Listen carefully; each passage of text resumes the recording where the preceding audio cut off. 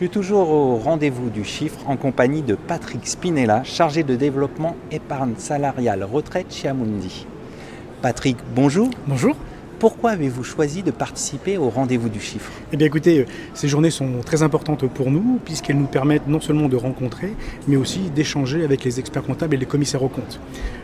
La profession du chiffre plébiscite Amundi et ces rencontres nous permettent non seulement de démontrer notre dynamisme, notamment avec la digitalisation de l'ensemble des offres, et confirment aussi notre volonté d'aider et d'accompagner les experts comptables dans l'équipement du sujet de l'épargne salariale auprès de leurs clients. Alors, vous avez animé un atelier. Oui. Quelle était la teneur des échanges? Alors, beaucoup d'interrogations sur tout ce qui a trait à l'évolution réglementaire. Donc l'épargne salariale depuis 2019 a beaucoup évolué, avec d'une part la suppression du forfait social sur certains dispositifs, essentiellement la suppression de ce forfait social sur les entreprises de 1 à 49 salariés. Donc ça a donné effectivement un bon coup de boost sur la commercialisation de ces offres. Mais on n'en est pas là, il y a eu aussi le développement de tout ce qui a trait à la loi Pacte, la possibilité de donner aux personnes qui versent sur les contrats d'épargne retraite la possibilité de déduire ces versements volontaires de leur impôt sur le revenu. Donc tout ça effectivement permet aujourd'hui de nous donner un petit peu du grain à moudre dans les échanges que nous avons non seulement avec les experts comptables mais aussi les réseaux partenaires avec lesquels nous travaillons. Alors justement, un mot pour évoquer l'actualité d'Amundi.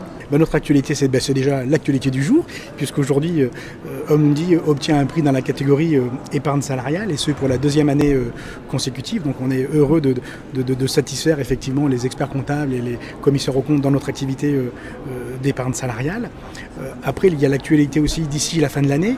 Et donc qui dit fin de l'année dit clôture des exercices comptables pour une majorité des entreprises.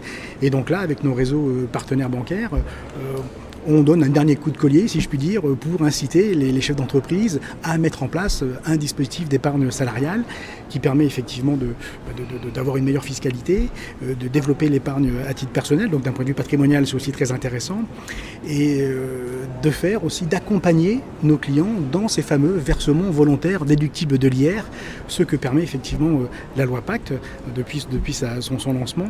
Donc une actualité assez soutenue. Et enfin, le dernier point qui est important, c'est l'aspect réglementaire avec un assouplissement pour la mise en place d'un accord d'intéressement. Un chef d'entreprise qui a jusqu'à 11 salariés peut aujourd'hui décider de façon unilatérale, avec une décision unilatérale de l'employeur, de mettre en place un accord d'intéressement sans qu'il y ait besoin de faire une quelconque gratification avec ses collaborateurs. Donc ça, c'est un point très positif, et il devrait engendrer un deuxième qui devrait permettre aussi, via la DIE, de pouvoir mettre en place un PUI et un PERCOL-I au sein des entreprises. Patrick Spinella, merci. Je vous en prie.